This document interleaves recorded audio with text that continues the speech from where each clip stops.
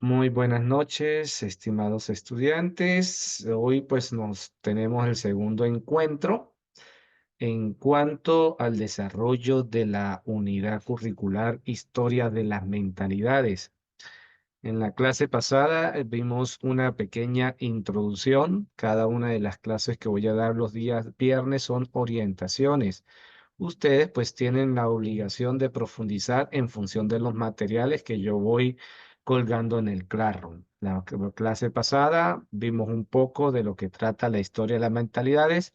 Ahorita también vamos a profundizar un poco más. Y les coloqué allí algunas lecturas que están bien interesantes, ¿sí?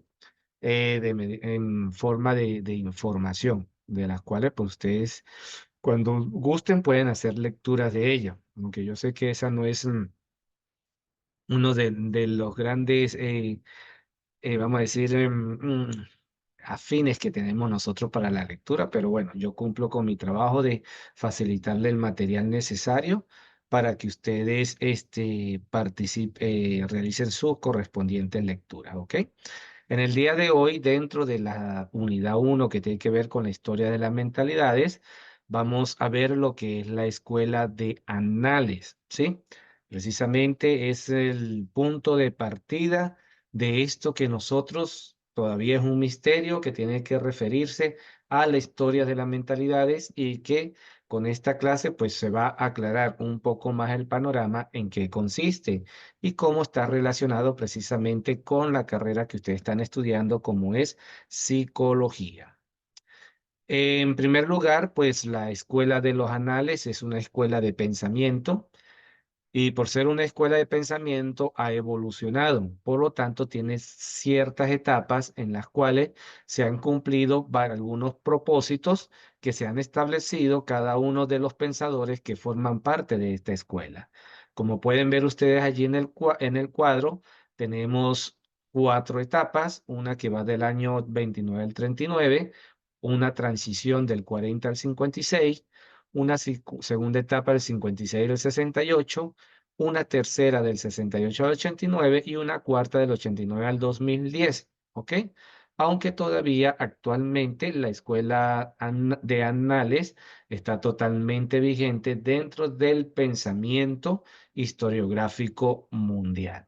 Allí en este cuadro ustedes pueden ver que es doble entrada, tiene su respectiva fecha, sus etapas, tiene sus representantes, la temporalidad, es decir, el momento en que ellos piensan narrar la historia, la metodología que utilizaron, las disciplinas, las subdisciplinas y las aportaciones a la historiografía. Es decir, que es un cuadro resumen de cada una de las etapas y de cada uno de los elementos que se desarrollaron en esta etapa.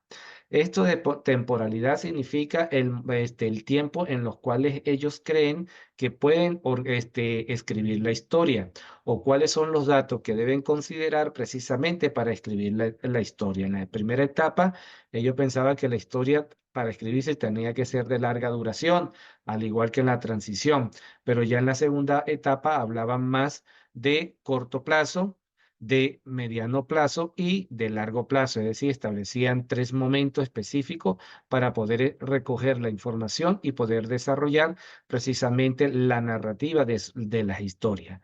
En la tercera etapa tiene que ver con el corto plazo y en la cuarta etapa, corto plazo, mediano plazo y largo plazo, igual como en la segunda etapa. Más adelante vamos a ver en qué consiste cada uno de ellos. La metodología son los diferentes métodos que se utilizaron dentro que se usó en la historia, pero ellos lo asumen para poder narrar o poder utilizarlos como elementos, instrumentos o técnicas para poder desarrollar todos sus estudios y todas sus investigaciones en cuanto a la historiografía. Por ejemplo, tenemos en la primera etapa, pues una historia comparativa, una historia crítica disciplinar, son los métodos que utiliza. En la transición comparativa, historia crítica y disciplinar, y así poco a poco pues va agregándose otros tipos de métodos y así sucesivamente. Más adelante, pues vamos a ver cada uno de ellos y cómo es que se da este proceso dentro de la escuela de los anales y cómo se relaciona de alguna manera con lo que ustedes están estudiando, que es psicología. Entonces, en primer lugar, pues la escuela de los anales simplemente es una escuela historiográfica, es decir, narra la historia. ¿La historia de qué? De la humanidad. Y surge precisamente a partir de una revista que fue publicada en el año 1929, que se denominó Anales de Historia, Economía y Sociedad.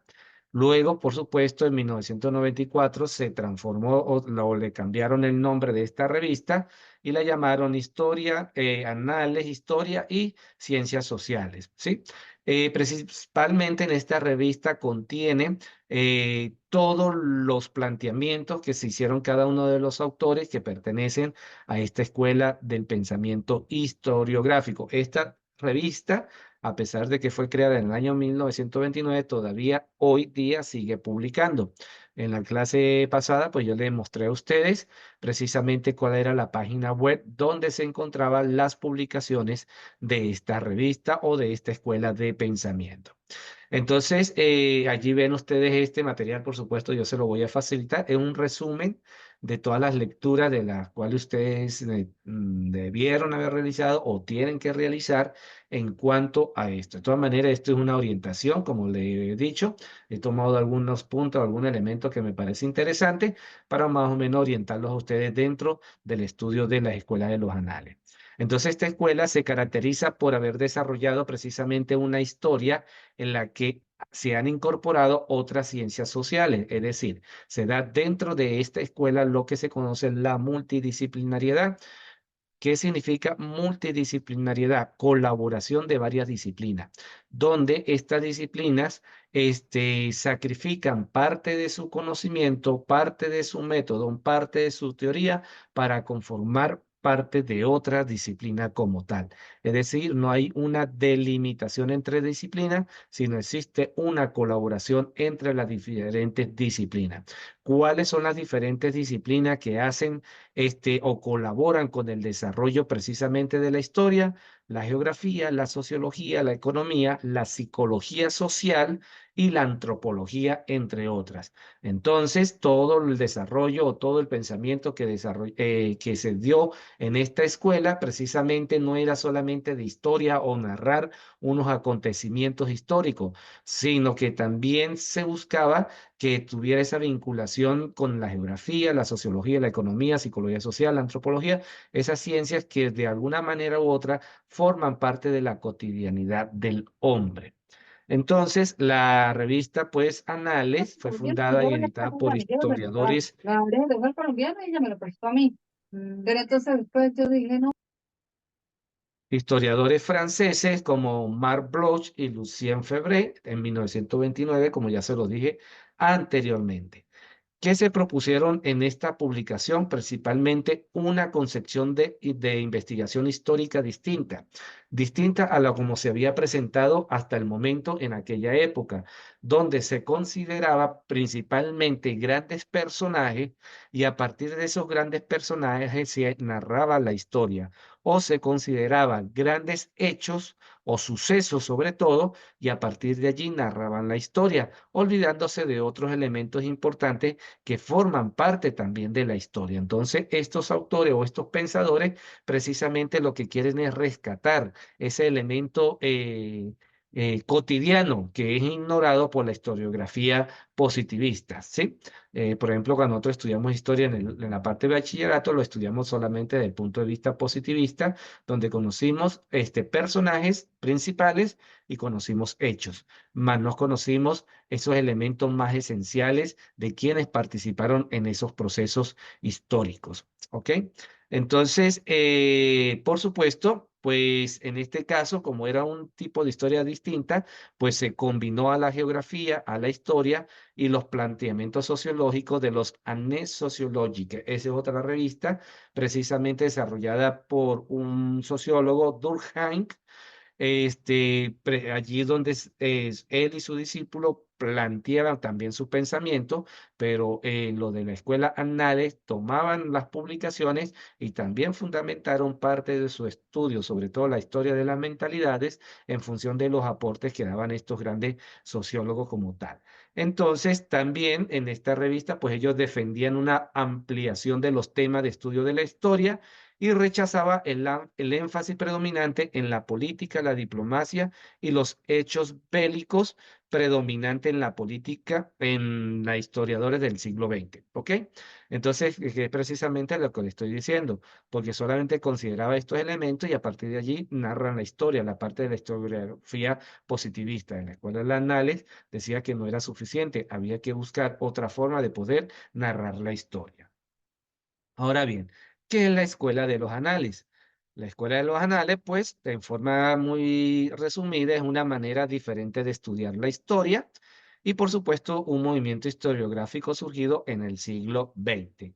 Y, por supuesto, consideran otros elementos como la antropología, sociología, economía, geografía y psicología al momento de estudiar la historia. Te escucho, María. María tiene la mano levantada, te escucho. Eh, sí, profe, lo que pasa es que no sé si es su internet o el mío, pero a ratos no lo escucho. Pues el mío está funcionando súper bien. Yo tengo internet privado, no tengo el ABA. Ah, sí, debe ¿Los ser demás se el mío escuchan bien? entonces. ¿O también se escucha entrecortado a los demás? Bueno, profe, yo no tengo problemas con la conexión. A mí se me escucha súper bien. Mm, sí, debe ser entonces eso, María, la conexión.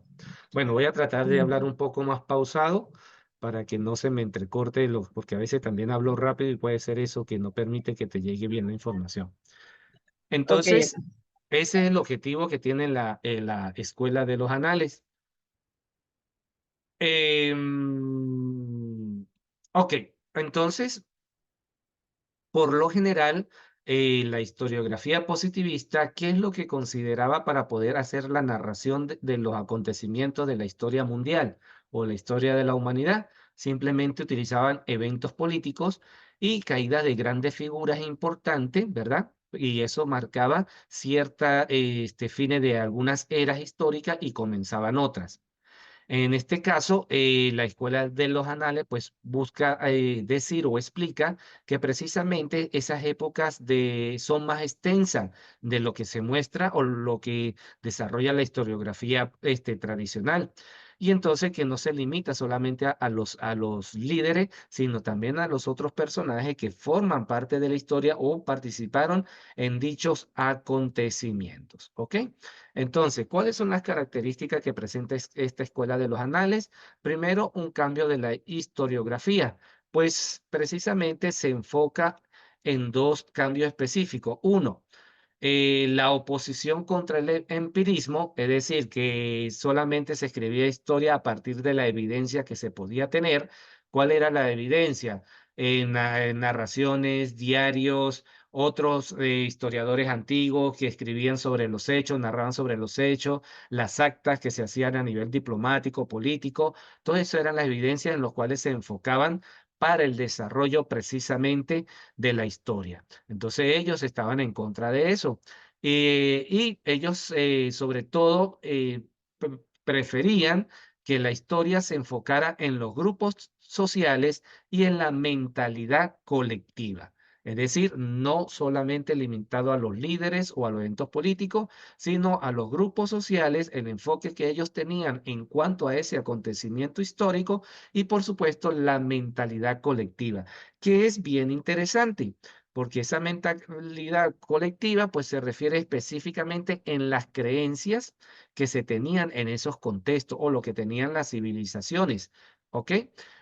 Por ejemplo, hay creencias de que el rey tenía un contacto directo con Dios y algunos reyes pues podían sanar. Eso es una creencia, pero eso no se explica o no se narra dentro de la historiografía tradicional, Entonces, precisamente en la Escuela de los Anales nos manifiestan ellos que precisamente este tipo de creencia era muy importante también y enriquecía más la historia y se podía conocer mejor lo que era el comportamiento de lo que llevó a que se realizara precisamente ese evento histórico. Por ejemplo, uno de los exponentes es Mark Bloch. Él estudió precisamente esas creencias e interpretó, o esas creencias las interpretó como mentalidades grupales que estaban presentes en las civilizaciones por una gran parte de su historia. Entonces aquí va un asunto bien interesante. Ya empieza a tomar cierta forma lo de la historia de las mentalidades. ¿Qué tiene? ¿Cuál es el propósito de esta asignatura para ustedes? Aquí está, simplemente poder estudiar, entender y comprender las creencias que puede tener un contexto o un grupo de personas porque esas creencias forman parte de su mentalidad, de lo que ellos han organizado culturalmente, parte de lo que ustedes han visto en psicología cultural y psicología social. Pues esto es una manera que también le está invitando de qué manera puedo considerar o puedo estudiar estos entornos. Y la historia de las mentalidades, pues tiene que ver con ello, sobre todo lo que es el estudio de las creencias. Es muy importante esto que está acá. Otra de las características objetan precisamente el positivismo, porque el positivismo planteaba que para poder escribir la historia había que tener una visión a corto plazo. Y esa visión a corto plazo pues estaba asociada precisamente a la mentalidad de la escuela positivista. Por supuesto, en un momento la escuela de los anales no estaba de acuerdo con eso, sino más bien planteaba que la historia debería escribirse con una visión a largo plazo, no en movimientos que eran causa-efecto, como sucede con la parte de las investigaciones científicas, porque no en todo momento eso sucedía. Entonces, y precisamente aquí, como dice acá, a esta escuela se le atribuía el pensamiento de que los cambios en la historia ocurrían en momentos específicos, en vez de desarrollarse durante el paso del tiempo. Que eso lo dicen los positivistas. Entonces, ¿qué planteaban ellos? Que precisamente los historiadores fuesen menos objetivos con sus interpretaciones y por lo tanto debían verificar esas ideas, pero verificarlas desde el punto de vista de los otros actores que formaban parte de esa historia. Por otra parte, otra característica de la Escuela de los Anales es una atención a las mentalidades de grupo específico, como lo dije en la lámina anterior, y es una propuesta que hace en 1941 Lucien Febvre, que es otro de los pensadores dentro de esta escuela. Y él estudió precisamente la mentalidad de ciertos grupos, acertando en que las emociones de las personas tenían un efecto importante en el desarrollo de la historia. Entonces, podemos ver allí que, por ejemplo, la Segunda Guerra Mundial, por lo general la conocemos desde el punto de vista de los judíos como víctimas y de los alemanes como los opresores. Entonces, pero es como nos lo muestran, pero realmente, ¿cómo entraría allí la parte de las emociones? Pues vemos algunas representaciones del cine, del séptimo arte, que tratan de llevar precisamente o resaltar más que un contexto histórico o unos hechos, cómo se vivían desde lo cotidiano de quienes son protagonistas dentro de esa historia, cómo se vivían las emociones de lo que estaba viviendo en ese gran acontecimiento. Bien interesante por allí eso. Por ejemplo, conseguí en un texto que me decían un ejemplo en cuanto a esto, las dificultades de México para constituirse como nación independiente, no solamente de los libertarios, sino también del pueblo, cómo veían precisamente o qué dificultades consiguieron para poder representar. Y hay una escuela específica o un pensador específico dentro de la cultura o en la historia mexicana que trata específicamente de resaltar estos hechos. Entonces, esta visión pues se convirtió en una de las características principales del movimiento de los anales. Entonces, la historia de las mentalidades pues tiene que ver exclusivamente con las creencias que tiene ciertos contextos de la sociedad, porque ellos a través de sus creencias, emociones, alimentan la historia en la cual la historiografía tradicional no considera como tal. ¿Alguna pregunta hasta ahora? No, profe. Ok, sí, esto de aquí es bastante resumido. Todo este material se lo voy a pasar para que ustedes lo lean con detenimiento. Lo que está resaltado en negro es porque son las ideas principales y es más o menos donde me guío para darle a ustedes la información. Entonces, como vimos en el primer cuadro, la historia la escuela de los anales se divide en varias generaciones o en varias etapas. Y vamos a ver cada una de ellas de una manera muy resumida, porque ustedes son los que para el trabajo que van a realizar, la actividad que tiene que ver con la infografía, pues ustedes van a profundizar van a precisar precisamente en algunos elementos de lo que vamos a hablar acá. Por eso la orientación es para que se les pueda facilitar el trabajo. La primera generación pues está del año 29 a 1956. Lo más importante aquí que tratan de ver a la historia como una historia multidisciplinar que involucra a la sociedad y a la economía. Como ya le dije anteriormente, la narración de la historia no es solamente de la historia como disciplina, sino también abarca otras en las cuales influye directamente en lo que es el comportamiento humano, ¿sí? El primer representante, pues lo tenemos acá, que es Marc Bloch, Marc Leopold Benjamin Bloch. Fue un historiador francés especializado, es decir, donde concentró su estudio en la historia de la Francia medieval y fundador, por supuesto, de la Escuela de los Anales, ¿sí? Y es uno de los franceses más destacados en la primera mitad del siglo XX. Por supuesto, la Escuela de los Anales se llama a partir de esta revista que ellos crearon precisamente con Lefebvre, que se llamaba Anales de Historia Económica y Social. Luego, a medida que fueron involucrándose otras ciencias u otras disciplinas, pues el nombre fue cambiando hasta como se conoce actualmente, que creo que es Historia de la Sociedad, algo así. ¿Qué se plantea en ello? Pues como ya les dije anteriormente, una nueva forma de abordar la historia, fundamentada sobre todo en lo social y en lo económico en esta parte de la etapa de la escuela de los anales, con una nueva forma de acercarse a las fuentes, no solamente a nivel de historiográfico, sino también a nivel de comportamiento social y económico que se había dado en esos acontecimientos, que también formaban parte de las decisiones o de los hechos históricos de aquella época, ¿ok? O de lo que ellos estaban estudiando. Por ejemplo, él estaba estudiando la Francia medieval. Eh, en este otro pensador, Lucien Febvre, él plantea que la historia tiene que precisamente escribirse a largo plazo, no a corto plazo. También, por supuesto, es uno de los precursores de lo que es la escuela de Anales. Sobre todo, él criticó la llamada historia historizante de sus antecesores. ¿Por qué? Porque se volcaban en los hechos de los acontecimientos grandes, como ya lo dije en forma resumida anteriormente, en biografía, fecha, actos diplomáticos y batallas, y él en cambio se centró en tiempos breves y en los eventos. ¿Ok? Entonces, precisamente él plantea que eso no era necesario, había que precisamente poder estudiar esos tiempos breves y esos eventos y a partir de allí sí poder construir una historia a largo plazo, ¿ok? Entonces, eso es lo que él plantea dentro de su postura.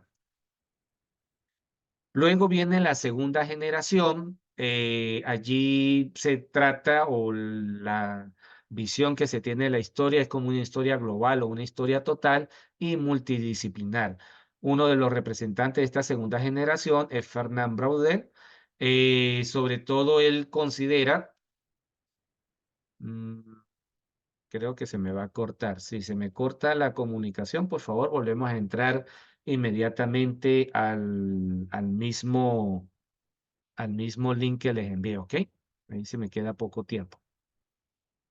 Entonces, considera precisamente para poder narrar la historia los efectos de la economía y la geografía en la historia total. Es decir, que estos elementos, esta disciplina influye o los acontecimientos económicos o geográficos influye también dentro de lo que es contar la historia. Pero en este caso, él plantea algo bien interesante sobre las duraciones de los hechos históricos. Él plantea que el corto plazo se fundamenta en los acontecimientos, El mediano plazo se fundamenta en lo que son las coyunturas históricas y el largo plazo se fundamenta en lo que son las estructuras históricas. A partir de allí es una de las bases o uno de los métodos en los cuales se cuenta la historia en esta segunda generación. Una de sus obras importantes se denomina El Mediterráneo. Y aquí tenemos un ejemplo de cómo él planteaba estas duraciones dentro de su obra. Él dice que en su base se situaría la gehistoria, ¿sí? En la relación del hombre con el medio que le rodea. Luego, la estructura social de los destinos colectivos y movimiento en conjunto, subdivididos en economías, imperios, civilizaciones, que tiene que ver con la parte de las coyunturas. Y para terminar, sitúa perdón, al revés. En su base se situaría la geohistoria, que tiene que ver con las estructuras. Luego viene la estructura social y por último tiene que ver los acontecimientos, tanto políticos los de los hombres. Y él lo denomina también como espuma de las olas que chocan con la roca de la estructura. Es decir, esa espuma de las olas son los grandes protagonistas con que la historiografía tradicional precisamente narra o se fundamenta en lo que es sus estudios. En una tercera generación, se llama la nueva historia específicamente, tenemos pues como representante a Jacques Lecoq, Pierre Nora, Georges Duby y François Furet. ¿Ok? Aparece a partir del año 1970. En primer lugar, pues sigue la línea de la historia total de Fernand Braudel, la que les acabo de hablar anteriormente. Estos tres momentos históricos en los cuales se puede construir la historia, ellos siguen esa línea. Por otra parte, esto me interesa acá, alejándose de la historiografía decimonónica, que es la tradicional, centrada en los grandes hombres, en la espuma de la ola.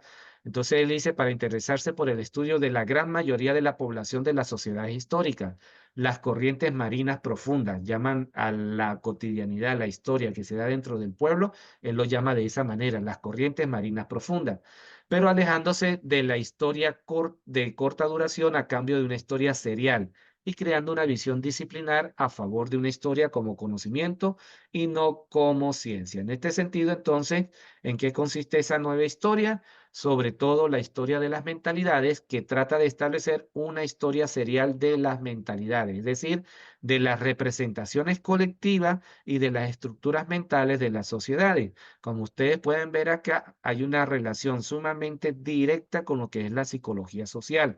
Si ustedes ya han visto psicología social 1, 2 y creo que la 3, precisamente han visto estos elementos, representaciones mentales colectivas, y eso a su vez son estructuras mentales dentro de las sociedades. Y por eso es importante esta asignatura dentro de psicología, o se la ofrecen a ustedes como electiva, porque es una forma práctica de poder entender y comprender aquello que ustedes estudiaron en psicología social y cómo se puede aplicar en este caso, poder en comprender lo que es la historia de la humanidad o la historia de ciertos contextos específicos o ciertos tramos de la historia en la cual nosotros como sujetos vivimos. ¿Ok? Entonces, la historia de las mentalidades, pues es el término que se ha usado desde el principio del siglo XX para definir las estructuras sociales que son expresión de la cultura que las creó. Es decir, las creencias, como lo se dijo en un principio, pero en un principio no se hablaba de historia de mentalidades, sino de creencias e imaginarios y también de tradiciones, de cultura. Entonces, posteriormente, eso se denominó historia de la mentalidad porque está conformado por una estructura y una representación mental de ciertas sociedades. Entonces, la historia de las mentalidades, pues su estudio parte de la historiografía moderna, que ha sido llamado también historia de la sensibilidad y abarca todas las expresiones de una vida cotidiana como complemento de un estudio de la macrohistoria. Es decir, aquí en Venezuela podríamos narrar la historia de cómo influyó la revolución bolivariana, partiendo de un personaje principal como que ustedes ya lo conocen, ¿sí? Y cómo fue avanzando ese proceso de la revolución bolivariana. Pero realmente, si nos vamos de un estudio de las mentalidades que tiene que ver con la historia de la sensibilidad, pues hay que verlo desde la óptica desde su pueblo, de tanto los que están a favor o le dieron seguimiento a esa revolución, como aquellos que de alguna manera también divergieron o se diferenciaron precisamente de esa postura. Este es un ejemplo muy sencillo de los cuales nosotros hemos vivido y todavía seguimos viviendo aquí en Venezuela. Entonces, la historia de las mentalidades ha sido un tema crucial en los estudios de historia, sociología y psicología social. ¿Ok? Muy importante esto acá. Entonces, la historia de las mentalidades, ya sabemos, tenemos ya una idea más clara, tiene que ver con la estructura mental de ciertos contextos o ciertos sujetos que forman parte de una sociedad, de una cultura, que puede estar conformado por creencias, imaginarios, una estructura que ellos mismos conforman. Y todo eso, por supuesto, se tiene que ver y visualizar también desde la psicología social. Entonces, bien interesante esta propuesta o esta asignatura de la cual ustedes pues están iniciando, están empezando a conocer. Ahora bien, otras divisiones temáticas de la historia que están ampliamente relacionadas con el concepto de mentalidades son historia cultural, ustedes vieron también lo que es psicología cultural, la microhistoria, la historia de vida privada y la reconstrucción de los imaginarios sociales. ¿Ok? Viene luego la tercera generación, ya la historia tiene otro elemento a considerar como una historia serial, una historia de las mentalidades y la historia cuantitativa. Son tres ramificaciones que se considera para el estudio o se toman en consideración para los pensadores de la Escuela de los Anales. Aquí tenemos a Jacques Le Goff, es un historiador medievalista francés, especializado sobre todo en los siglos XII y XIII. Bien interesante todas sus obras, la podemos conseguir en la página web de la cual yo se la mostré la vez pasada, que es biblioteca.org. Allí todas las obras que aparecen, creo que son como unas 20, todas tienen que ver con la época medieval de la cual él escribió, pero no solamente de los grandes acontecimientos, sino habla del papel de la mujer, el papel del hombre, del agricultor, y pare de contar de otros elementos que él considera dentro de la narrativa histórica desde esta perspectiva. Entonces, Le Goff, pues en sus escritos combina historia, antropología y sociología con la historia cultural y de los sistemas económicos, ¿sí? Es decir, que se sigue dando esa multidisciplinariedad. Otro de los exponentes de la tercera generación es Pierre Nora, también es historiador francés, todos allí, conocido por sus trabajos sobre lo que es la identidad francesa y la memoria. Por eso una segunda parte de esta unidad que la vamos a ver el próximo viernes tiene que ver específico, bueno, el próximo viernes no, después les escribo por WhatsApp que el próximo viernes no puedo. Precisamente habla sobre esa, la identidad francesa y la memoria, ¿ok? La identidad francesa y la memoria, y nosotros vamos a tratar esos temas de la identidad del colectivo, la memoria colectiva, el mito, el olvido, todos esos elementos son interesantes de estudiar y tienen que ver con la mentalidad o la estructura mental de los sujetos sociales. Entonces, es el representante más significativo de la llamada nueva historia porque ocupa una posición particular que él mismo califica de lateral en la historiografía francesa. Entonces, ¿qué es lo que nos dice él acá? Precisamente, ¿cuál es su aporte? Que hay que estudiar la historia de la identidad y de la memoria, precisamente del colectivo. Me queda menos de un minuto. Entonces, voy a parar acá, voy a salir, salimos todos y volvemos a entrar otra vez con el mismo vínculo, ¿ok? Pasar.